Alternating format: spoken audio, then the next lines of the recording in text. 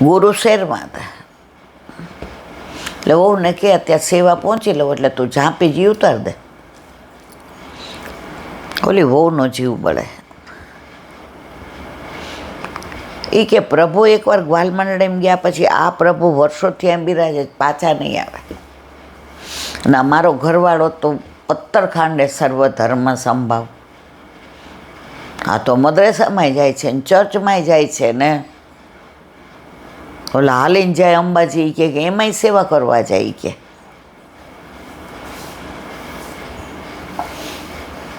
એના વર્ગને કીધું કે ઝાંપીજી ઉતારવાની છે, મારા પગે તકલીફ છે ને, ઓલી સીડી છે લોખંડની લઈ આવો. ગામડામાં લોખંડની સીડી ઓલી હોય. તો કે કેમ? એ કે બા દાદા હવે આજે છે ને કાલે નહીં હોય, એટલે એની હાજરીમાં જ ગુરુ ભેટ ને પછી આ બધું સોનાને. તો કેમ આપણે ઘરે નહીં લઈ જવાના? એ કે આ બધું મકાન નહીં આપણા નામે કર્યું, ઠાકોરજી આપણા નહીં. જો બ્રહ્મ સંબંધી જીવ હતો એ કે આપણા તો ખરા, પણ તમારા લખણ બાને ખબર છે. શું લખણ ખબર છે? એ કે માર મોઢે નથી કેવું. એને બા કે ભાઈ તું બધાને ઘરે ખાય છે, તો મદ્રેસામાં જાસ ને તું ચર્ચમાં જાસ, તો અંબાજી હાલતો જાસ, તું રુદ્રી કરાવે છે. તે મારા ઠાકોરજીને તારા ઘરે પધરાવીને દુઃખી નથી કરવા. તું કંઠી પહેરસ તે બ્રહ્મ સંબંધ મેં તને 4.5 વર્ષનો હતો ને લેવડાવ્યું હતું. વહુ મનમાં કે હવે ભડકો થશે, કારણ કે જે આવા બધા ખાતા હોય ને બધાનું એનો સ્વભાવ તામસ થઈ ગયો હોય. પણ બ્રહ્મ સંબંધી જીવ ગુલાબદાસમાંથી ગુલાબ ખાન થયા પછી પણ ગુસાઈજી એને ના ભૂલ્યા હોય અને એનો ઉદ્ધાર કરતા હોય તો આનો તો કરે જ ને. એની આંખ ઉઘડી ગઈ. એ કે ક્યાં અમે વૈષ્ણવને, ક્યાં મારા મા બાપને, ક્યાં એની દુનિયામાં ઓલું ને, આજ 5માં પૂછાય એવા મારા મા બાપ, અને હું એ કે આ ક્યાં પહોંચી ગયો? એ કે ઠાકોરજી ઘરમાંથી નહીં જાય, આપણા ઘરે જ આવશે. એની બાકે તો હું આત્મવિલોપન કરીશ, હું આપઘાત કરીશ. મારા ઠાકોરજી તારા ઘરે નહીં આવે. મેં જોઈ લીધો. હું તારા ઘરે આવી છું છેલ્લા 9 વર્ષથી. તારા ઘરનું પાણી પીધું,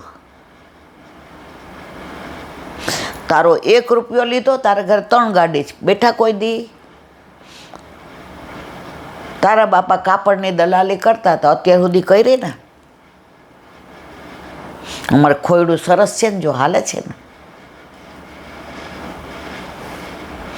તારા ઘરે તો આજે નહીં, કાલે નહીં, ક્યારેય નહીં. બોલા ભાઈ કે ઝાંપીજી ન કરતા. કાલે એની વહુને લઈને ગાડી લઈને ગુરુદેવને ત્યાં પહોંચે. મારે આપને જે બધી સાચી વાત કરી. હું આવો હતો છું નહીં, હવે મારું હૃદય પરિવર્તન થઈ ગયું. મારા ઠાકોરજી મારા જ ઘરે જે કે વિશ્વાસ કેવી રીતે કરવો? આપ જે કહો એ કે પહેલાં વ્રત કરો, બ્રહ્મ સંબંધ તો છે, દેહ શુદ્ધિ કરો, અને તમારા વાઈફને લઈને આવો. વ્રત કરીને ગયા. એ કે વાસંતીબેન તમને વિશ્વાસ છે? એ કે 500% વિશ્વાસ. કાલે આખી રાત જે વ્રત કર્યું ને સૂતા નથી. 2-3 વાર મેં બાજુમાં જોયું તો આંખમાંથી આંસુ જતા હતા.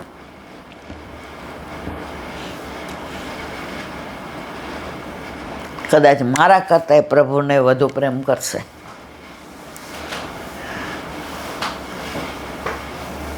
બા દાદા પાસે ગયા.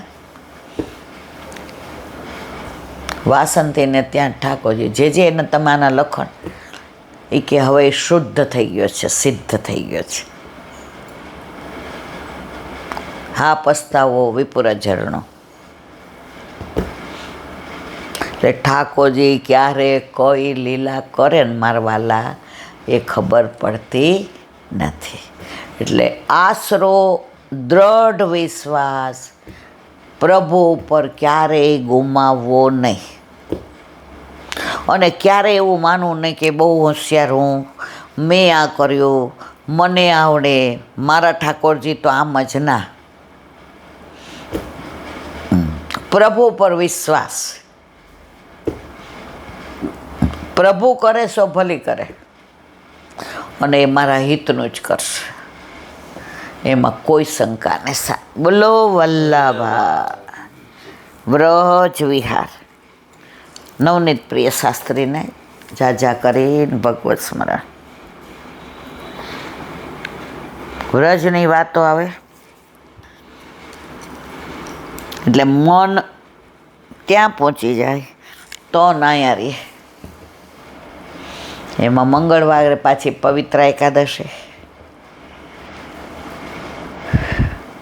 દર એકાદશી હોય પવિત્ર, ત્યારે ત્યાં સપ્તપદી વંચાય. કારણ આપણા અલૌકિક વિવાહ અલૌકિક પ્રભુ સાથે થયા છે. લૌકિક વર સાથે થાય દર જન્મમાં બદલાય. અલૌકિકમાં તો કરોડો જન્મ પહેલાં પણ એ જ આપણો વર હતો અલૌકિક, અત્યારે પણ એ જ, અને કરોડો જન્મ પછી પણ એ જ હશે. તો એ સપ્તપદીમાં 7 પગલાં. જો આપણે ત્યાં 4 ફેરા હોય, વલ્લભકુળમાં 7 હોય, તો આપણા વિવાહ કરાવ્યા જ કોને? વલ્લભકુળે. કોની હારે કર્યા છે? ગોવર્ધનનાથજીને. તો એ સપ્તપદીમાં 7 સ્વરૂપ સાથે કેવો આપણો હાથ પકડીને પ્રભુ ફેરા ફેરવે છે અને કહે છે કે તું હવે મારી થઈ. મારું આ સ્વરૂપ ગોકુળમાં બિરાજે છે, મારું આ સ્વરૂપ કામવનમાં બિરાજે છે, મારું આ સ્વરૂપ સુરતમાં બિરાજે છે, મારું આ સ્વરૂપ કાંકરોલીમાં બિરાજે છે, મારું આ સ્વરૂપ બરોડામાં બિરાજે છે, મારું આ સ્વરૂપ કાશીમાં બિરાજે છે, અને તને આ સુખ આપે છે. હવે મારો હાથ પકડીને તું ફેરો ફર. આ અલૌકિક સપ્તપદી વર્ષોથી આપણા નારણપુરા હોલમાં વંચાય છે, 4 થી 5.5. તો જેને પણ આવો ભાવ હોય એ અવશ્ય આવજો હોલમાં. જગ્યા ન હોય તો સાંકળ મુકળ બેસજો. પણ જીવનમાં આ સપ્તપદી જો 11 આપણે સાંભળીએ તો આપણા અલૌકિક વિવાહ પ્રભુ સાથે થયા છે એ ફેરા યાદ આવે ને, એ બ્રહ્મ સંબંધે યાદ આવે ને, આપણી ફરજે યાદ આવે ને, એની લીલા કઈ છે ને, આપણને એનું શેનું અનુસંધાન ને, આપણો હાથ પકડીને કેવા લઈ જાય છે ને, આપણા સુખનો કેવો વિચાર કરે છે ને, આપણને ચાંડાળીમાંથી કેવા પોતાના બનાવી દીધા ને, કેવું આપણને માન આપ્યું ને, આપણે ક્યાંથી ક્યાં પહોંચી ગયા, એ આ સપ્તપદી દ્વારા આપણને આનંદ આવે. તો વ્રજની વાત, વ્રજમાં સંકેતવન અને ભાંડીરવનમાં પ્રભુના વિવાહ થયા છે. સંકેતવનમાં ઈશારો કરીને બોલાવતા હતા બરસાનાથીને. આ બાજુ બરસાના ને આ બાજુ નંદગાંવ. ઈશારો કરે સંકેત, અને વચ્ચે ત્યાં ભેગા થાય ને વિવાહ થયા. અને ભાંડીરવનમાં બ્રહ્માજીએ કીધું હતું કે આમ તો તમે મને વ્રજમાં નહીં આવવા દો, પણ પ્રભુ હું આપના વિવાહ કરાવીશ. અને ભાંડીર વનમાં પ્રભુએ બ્રહ્માજીની વિનંતીથી આજ્ઞા આપી. રળિયામણું સ્થળ છે. વલ્લભના બેઠક જે છે ભાંડીર વિહારીનું સ્વરૂપ છે, જ્યાં ઠાકોરજી સામનેજીની માંગ ભરે છે.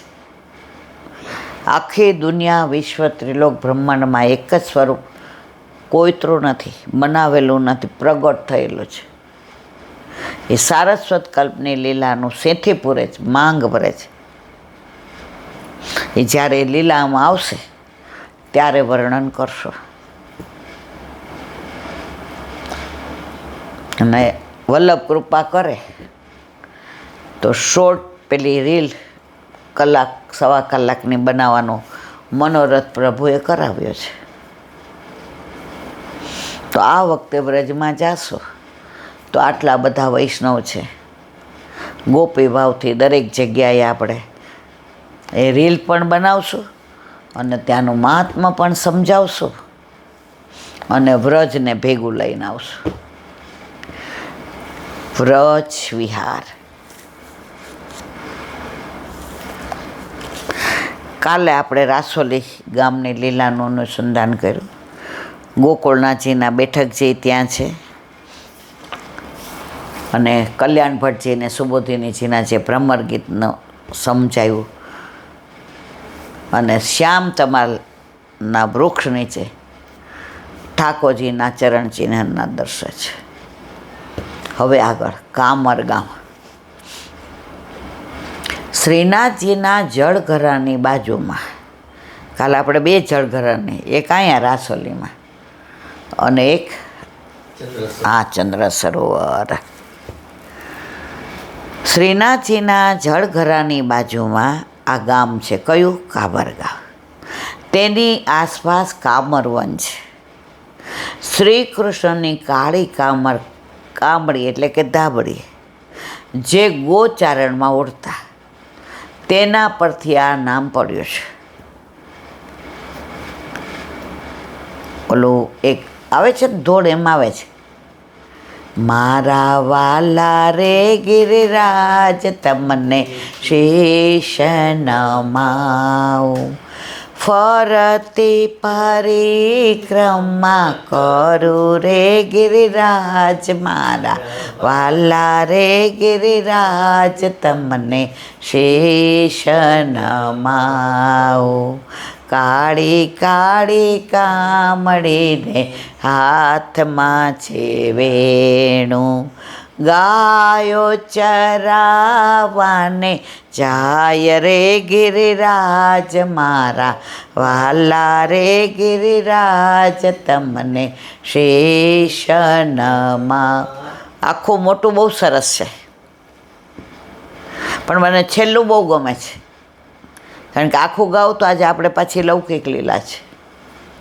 તમથી અધિક મારા રાધાજી રૂપાળા, તમથી અધિક મારા રાધાજી રૂપાળા, કોબજામાં મનડાશું મોયા રે ગિરિરાજ મારા વાલા રે ગિરિરાજ તમને શેષ નમાઉં.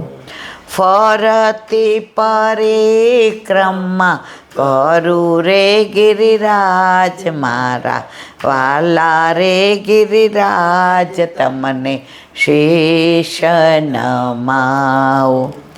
તો પ્રભુને કાળી કામળી બહુ વાલી. જેમ વેણું વિનાનો રે, ધેનું વિનાનો રે, એમ કાળી કામળી વિનાનો રે. હવે એકવાર ગાયો ચરાવતા ખોવાઈ ગઈ. કીર્તન છે સુરદાસજીનું, બહુ સરસ. મેં અહીંયા આનો ભાવ કહી દીધો છે, એટલે ખાલી અત્યારે અનુસંધાન કરું છું.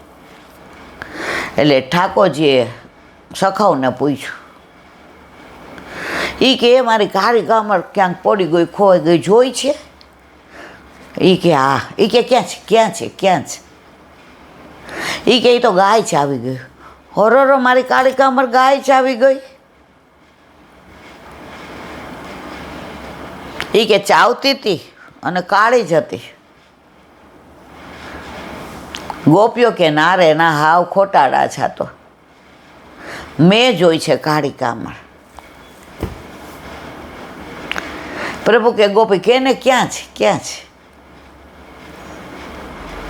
એ કે પેલા નાચીને દેખાડો તો કહું. ઠાકોરજી કે તા થા થઈ તઈ રી જરી કાય મુકુટ લટક અટકી મને. આ છાણ ત્યાં નાખાયો તો કહું, લાવ. ઉઠ બેસ કરો તો કહું. એ કે હવે ગન ગોપી ક્યાં છે મારી કાળે? એ કે યમુનામાં વહી ગઈ. અરે આનો ભાવ કયો છે? રોતા રોતા ઘરે આવ્યો. યશોદાજી મારા લાલા કો કાવ ભયો, કાને મારી. કોણ ગયા ને તો કહું हैरान कियो, दाव ने तो कुछ कियो, खेल में तो को दाव नहीं दियो, यमुना में कूद्यो क्या, कदम के वृक्ष पर चढ़ियो तो कहा ना, तो कहा भयो मारी काली कामर खोवाई गई तो सखाओ के गाय खाई गई, गोपियों के छे यमुना में वही गई। माँ हवे ए के बधाय खोटाड़ा तारी काली कामर तो अहीं घरे भूली गयो छे। आ લીલા કામરવનને એટલે એ ગામનું નામ પડ્યું કામર ગામ અને ત્યાં કામર વન છે। શ્રી કૃષ્ણની કાળી કામર